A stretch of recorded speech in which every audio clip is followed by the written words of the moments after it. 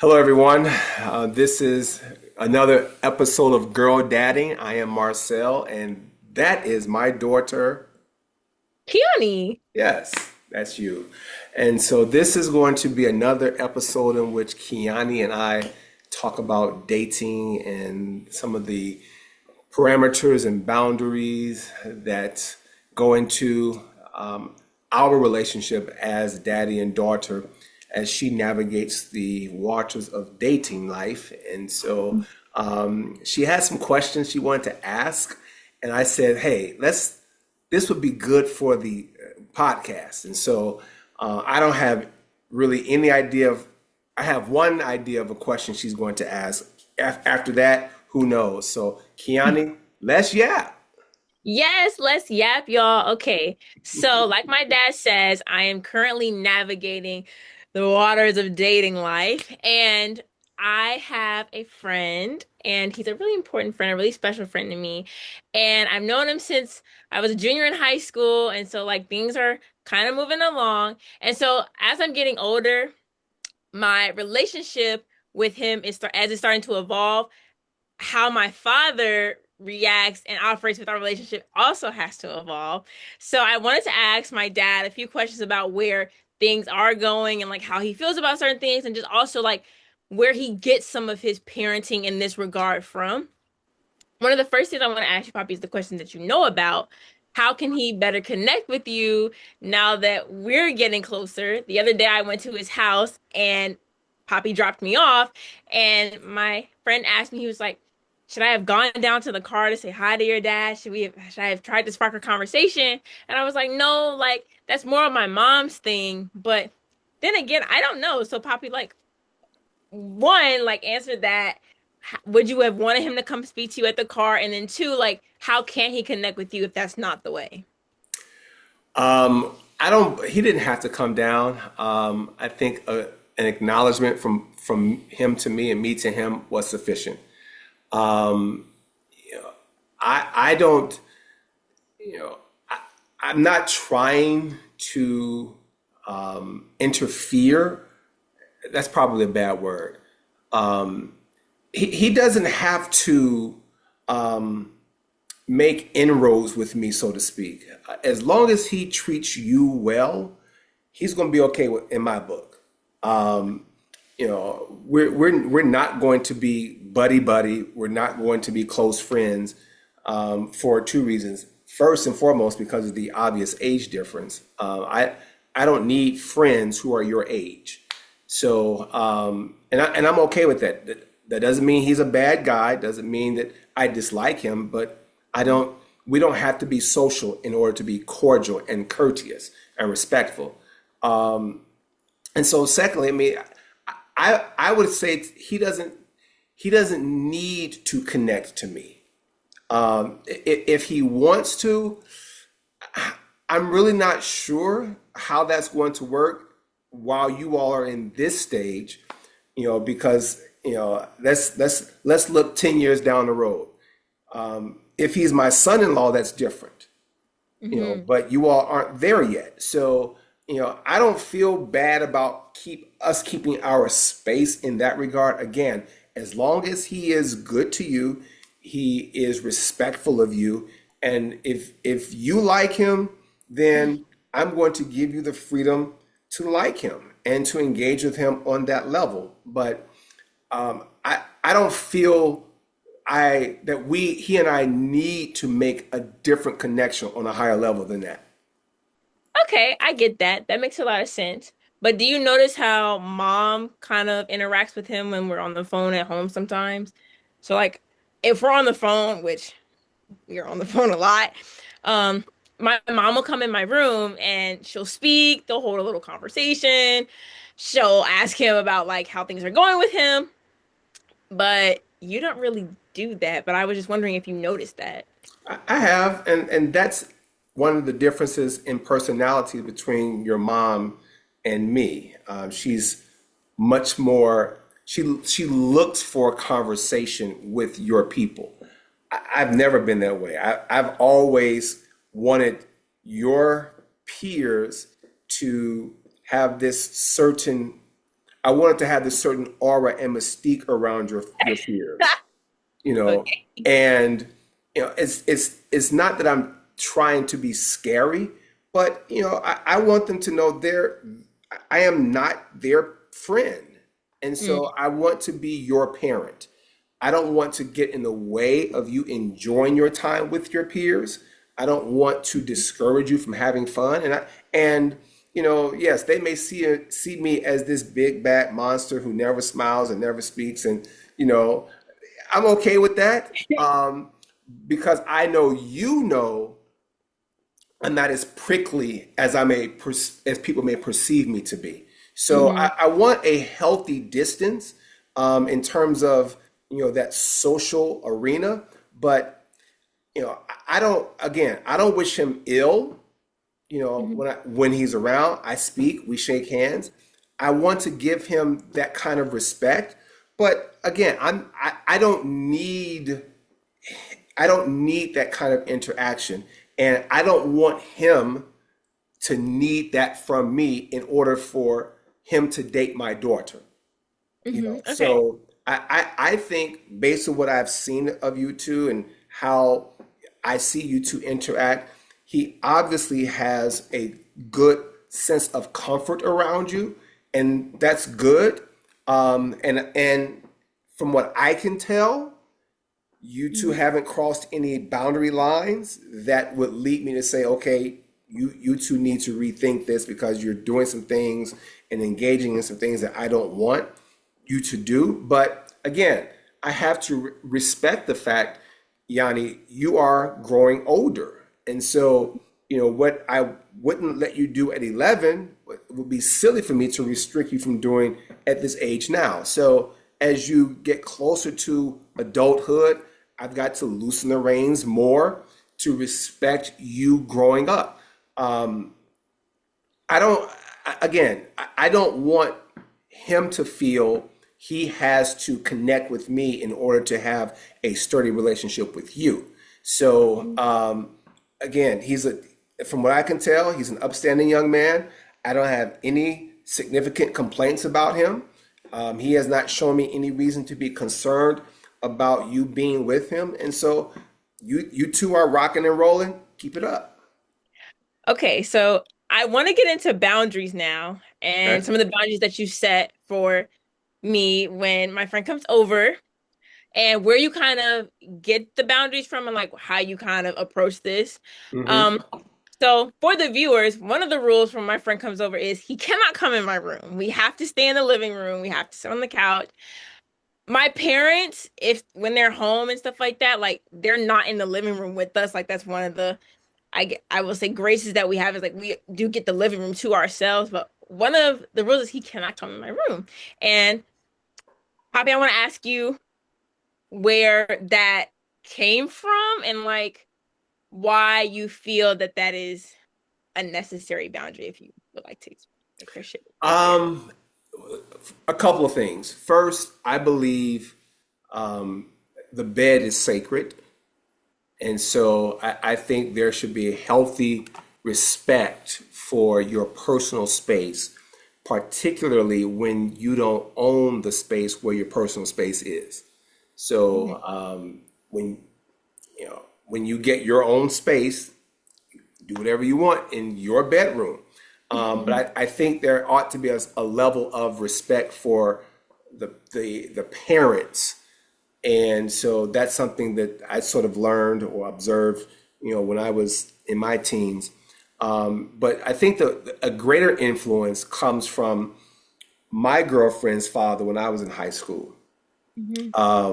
My girlfriend's father is a girl dad. My girlfriend is the only child. So, Oh, everything that I sort of gleaned from him is what I've sort of put in place with you. I never went into her bedroom. oh, They lived in a house where the bedrooms were upstairs on the second level. I never went up the stairs. I was wow. always on the first floor, but her parents were always upstairs in their bedroom. So we had the first floor to ourselves. Yes. Since my dad didn't live with me, and I can't remember. I can remember one, maybe two of my older sister's boyfriends or male friends, whatever she was calling them, coming over to the house. Hmm. Um, but my dad wasn't there, so I don't know how he would have parented his daughter's dating. So I really only have one point of reference, and that was good. I mean, it established a boundary. I could not go to her bedroom under any circumstances, and I got along with my girlfriend's parents very well, and it helped, with me being an athlete in high school, and she was for our football team. She was a stats person. She was on the dance team during basketball season. So and she was also one of the stats girls for basketball. So we were always around each other. And Hmm. so her dad would come to our basketball games, and so I knew him and I respected him. Hmm. And I also understood, because he knew me and he got to know my parents, and my parents knew him and his wife. There was a certain expectation that I would respect his daughter, respect who she is. I would respect her physically. But he also, again, drew a very easily identified boundary. Do not go upstairs. And so I sort of grew up on that, and it makes sense. I mean, there's no reason, for you to be in the bedroom if you're not sleeping. I mean, literally sleeping. We have a television in the living room. Everything that you need, you can go to a bathroom that's not in your parents' bathroom. So everything that you need to do at this age, you can do in the living room. So I don't see any necessity for your friend to be in your bedroom, particularly since you don't have any place to sit for him and for you. I mean, he has to sit in your desk chair, and you two can't sit in that chair at the same time. So one of you has to be in your bed, and there is absolutely no reason why a young man should be in your bed. Okay. If we still lived in Chicago, not in the second house, but the first house, would the basement have been off limits? No, the So the basements basement, would go ahead, go ahead. the basement would not have been off limits to you. Your mother and I could have stayed in our room. We could have stayed in a living room. But listen, again, my only experience is what I went through in high school. Hmm. We had I believe it was called the Den at that time. The Den had television, and the Den was right off the kitchen. And so we had everything we needed. And the bathroom was accessible as well. So um, you know, that's all teenagers need. Now, let's keep it real. Um, we understand that teens, they kiss and neck, and I'll leave it at that. Okay. um, and so I don't want things that there is no reason for teenagers to be in. I mean, I'll say it this way. I don't want my teenage daughters engaging in sexual activity. So I know I can minimize, if not erase, those chances if I keep you in a place where there is the possibility of public entrance, you know. Mm. And so it is a protective measure that will instill some discipline in you and in him, um, that will help you guys understand there's a time and a place for everything. And right now, you two are not at that time or place where you should be doing more than, I can't believe I'm saying this, kissing, you know. But again, I know what it's like to be a teenager. And Mm. so I have to establish appropriate boundaries. When I was in high school, almost every person in my class, had a girlfriend, boyfriend. And yes, teenagers engage in public displays of affection.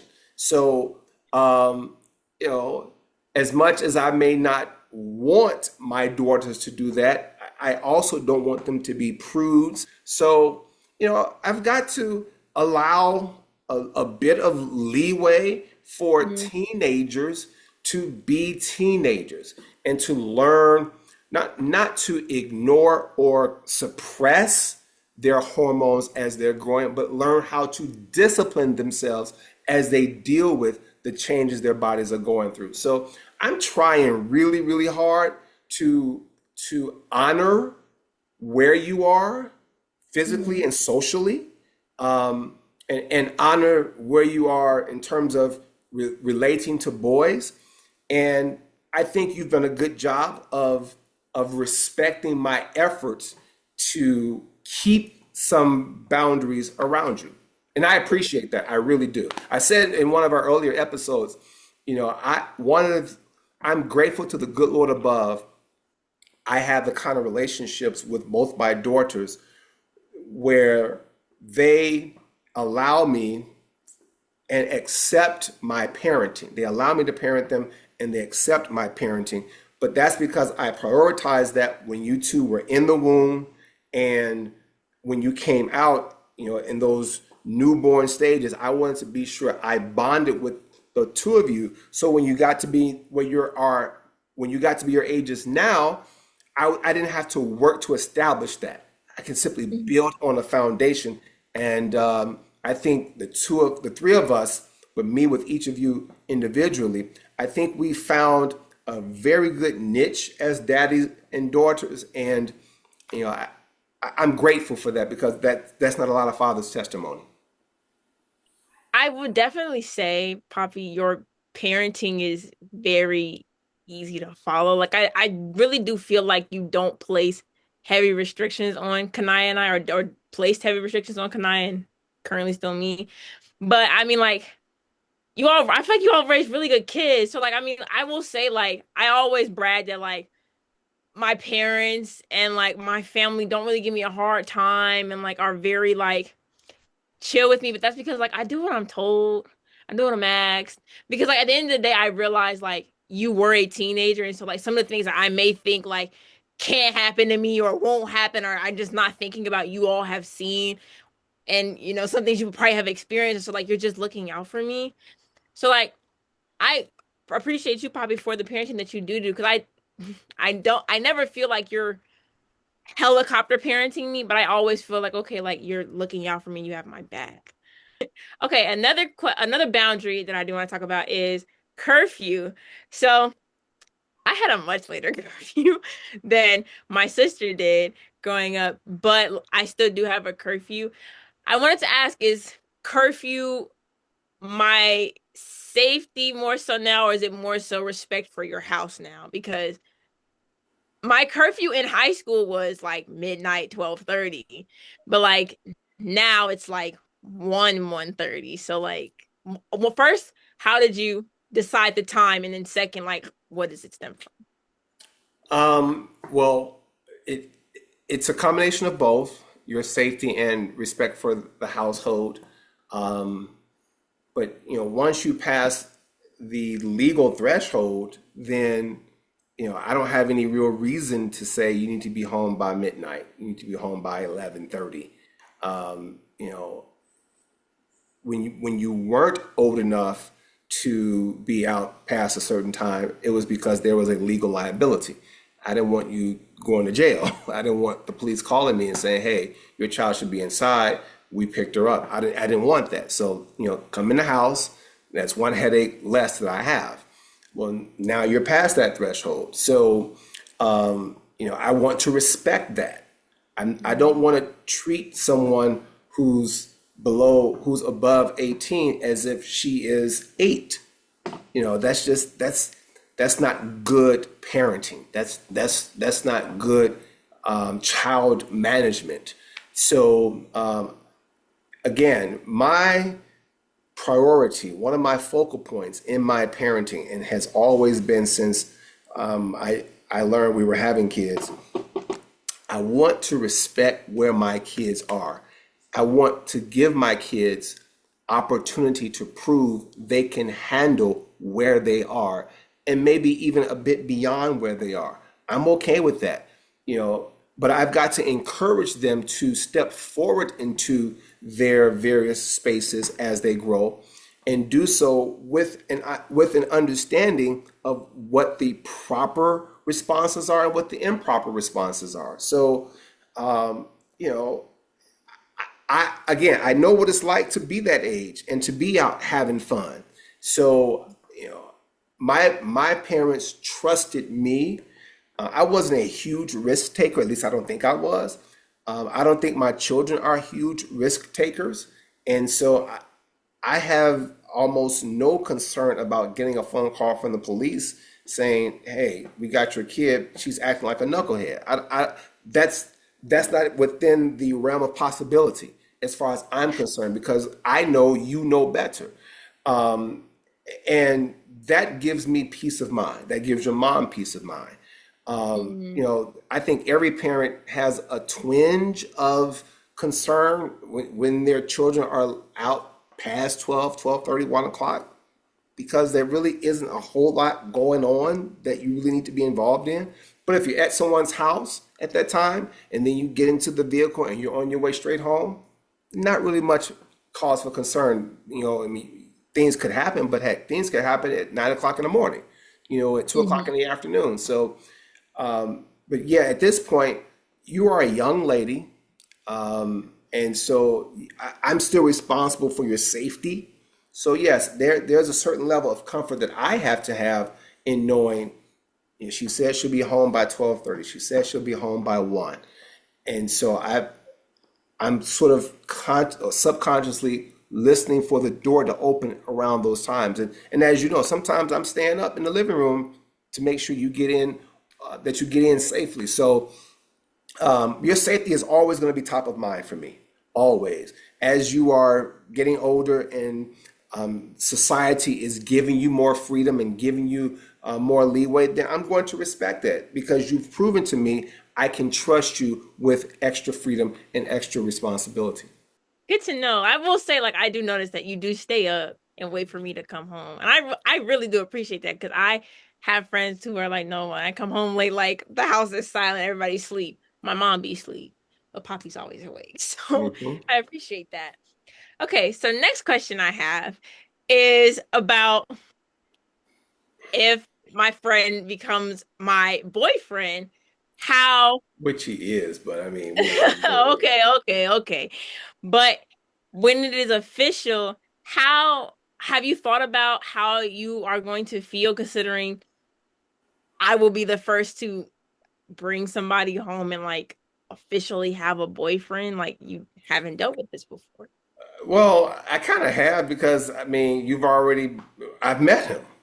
Oh, okay, okay, okay. So that won't be a surprise. I mean, I'm waiting for the moment when the two of you recognize it or you recognize it. I don't know what's going through his head, but I mean, when your mother and I talk about him, we talk about him in those terms. So it's just a matter of you two. I don't know what the hang up is that's preventing you from applying that label, but hey, I'm letting you two do you. I'm letting you two do Right. you. But you know, again, I am familiar with him. You seem to have this great affinity for him, and that's fantastic.